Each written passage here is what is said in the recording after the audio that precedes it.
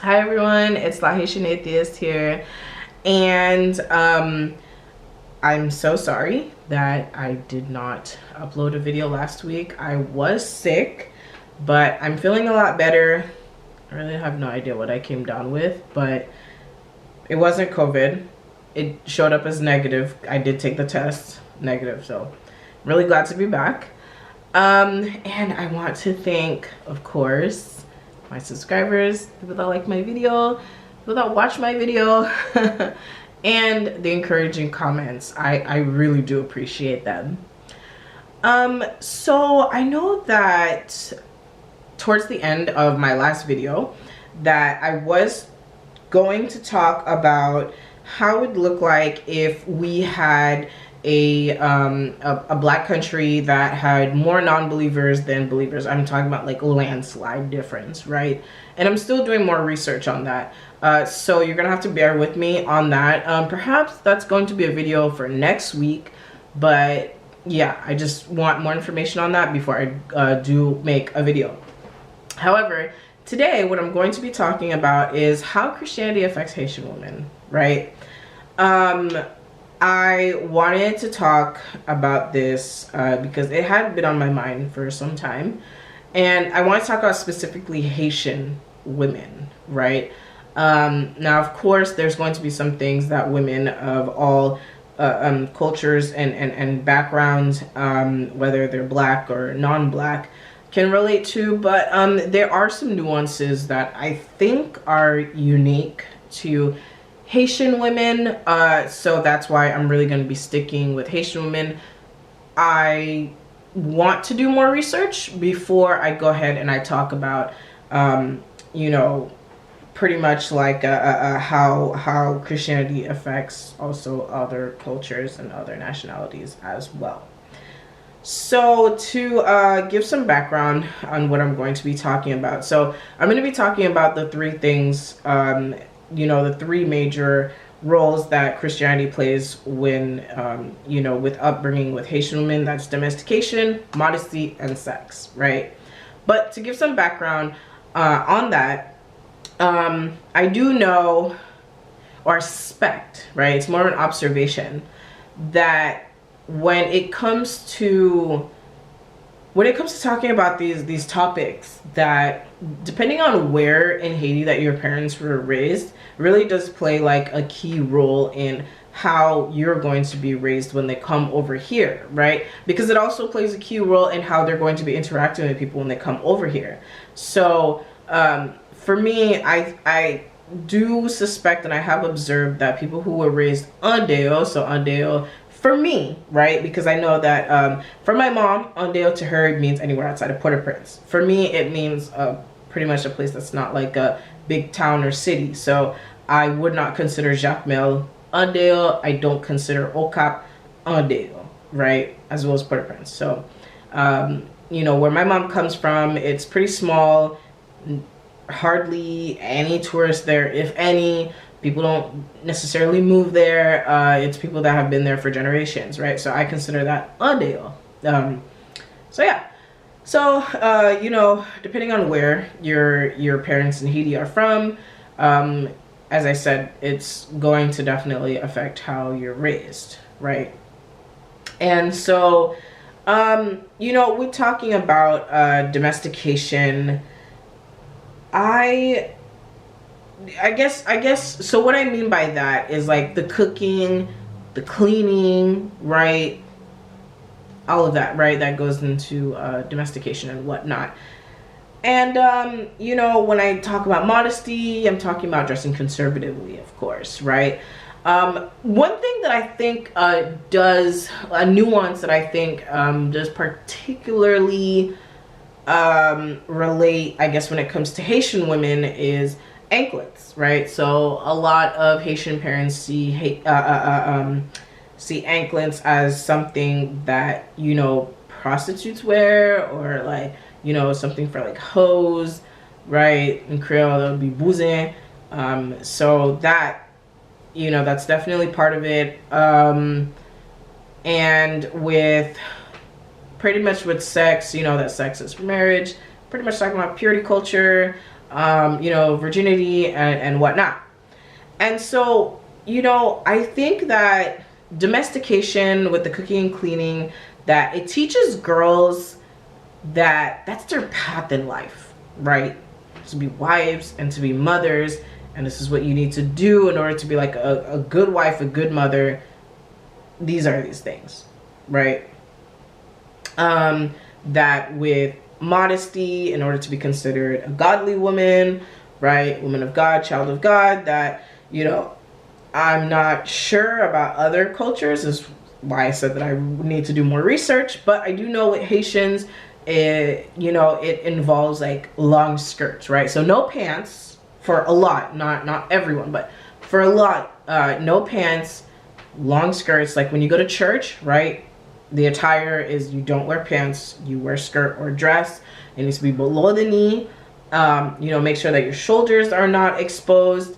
No cleavage, right? And I already spoke about the anklet. And then as for sex, right? I feel like it teaches girls to like be ashamed of their sexual desires. The thing is that it doesn't directly teach them to be ashamed of their desires. I feel like it's just the byproduct of this purity culture, right? It's not something that you're necessarily going for, but that happens to be the result. And it also teaches them that sex is for procreation only, which we know that's not true. So going to more detail about the domestication, right? So with that, with it teaching the girls to be wives and to be mothers, first of all, not every girl wants to be a wife. Not every girl wants to be a mother. There's some girls that don't want to be either one, right? Some want to be wives, some, a lot of the times they rather be wives than mothers, but there are some that are completely okay with having a baby and not having a man around. Some actually want to be single mothers, right? And so, it teaches them that that's wrong, right? And, with that, with the domestication, everyone honestly should know how to cook and clean. Everyone should know how to do this. This is not something that should be exclusive to girls and women, because we all eat and we all make a mess. So tell me where the logic is in that, right? And you can find passages that people really hold on to about these three key things. That'll talk about how women should be in the house, should be presenting themselves outside the house, and their sexual desires. Actually, I haven't read the entire Bible, so I'm not even sure if it actually talks about sexual desires in women. I don't even know if it actually acknowledges that we do have them. So there's that. But I do know that it talks a lot about how, or where and with whom and when, women should be having sex. Not necessarily the where, but the with who and when, right? And, as I said, virginity is it's a social construct, right? It is not real. Like money, like degrees, it's not real. It's this fabricated construct, right? And they all tie in together. That's why I keep switching. Why I keep going from domestication to modesty and sex, because they all tie in together, right? If you can go ahead and tell a woman that she's supposed to be woman of the house, right? You're supposed to be in the house. This is how you act in the house, right? Because that usually starts at home. And then you can go ahead and tell her, okay, well, this is how you're supposed to act outside the house, right? As well. I feel like one just links to the other, but inadvertently I feel like the whole thing with the sex and Modesty and Domestication, right? You can see how modesty and sex, how they can link to pretty much be like, you have to be modest, and then, you know, sex within marriage, right? You can see how those two, how they can work together. But with the domestication, I feel like that was something that was inadvertent. I really do. But still, it still does work with those two quite well. And I think that's the reason why I think that's part of the reason why, you know, they were hanging on to it so much. And, you know, I feel like one way for each of these things, right? Because I could go into a lot of detail about how we can change, or at least try to change this in many different ways, but, you know, for the sake of time, I'm going to stick with one. So I think for domestication, honestly, for all of them, education, right? But specifically for domestication, we need to educate boys on, and educate them equally, right? Not just, you know, okay, yeah, you educate both, and then but still put most of it on the girl. I think you need to educate both and put it on both, right? Because these boys are going, you know, a lot of them are going to become fathers. And if they have daughters, you know, you need to instill the mindset in them that their daughter is a person, right? Not future someone's wife, not future someone's mother, but a person.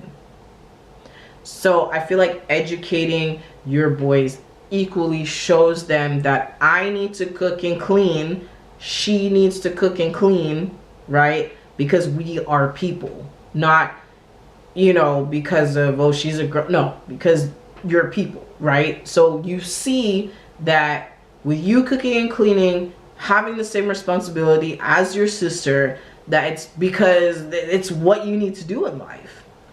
I feel like also for, you know, with the modesty, that one change that we can make is acknowledging that modesty is a social construct, right? That it's completely fabricated.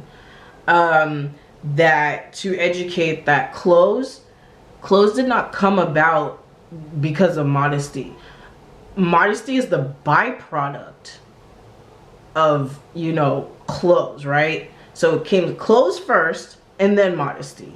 But clothes were for survival.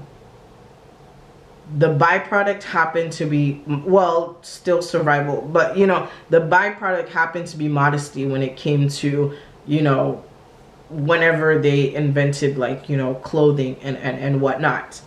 So I think educating people on that, like really going back and educating them on when our ancestors first started forming clothes and whatnot, you know, like, why was it there, right? Like, why was it there in the first place and whatnot, and showing that our ancestors used to be naked, you know, that they did not have any clothes when they were on the savannas because it was hot, right?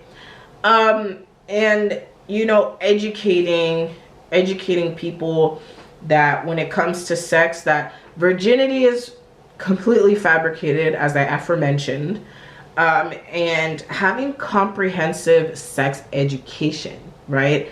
About birth control, condoms, you know, contraceptives, and about the body, the human body, right? And, you know, as I said, that sex is not only for procreation, right?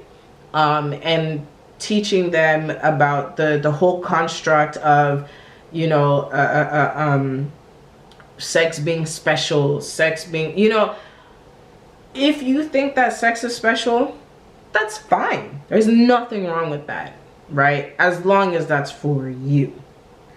But if we're talking about objectively what sex is, it's not objectively special.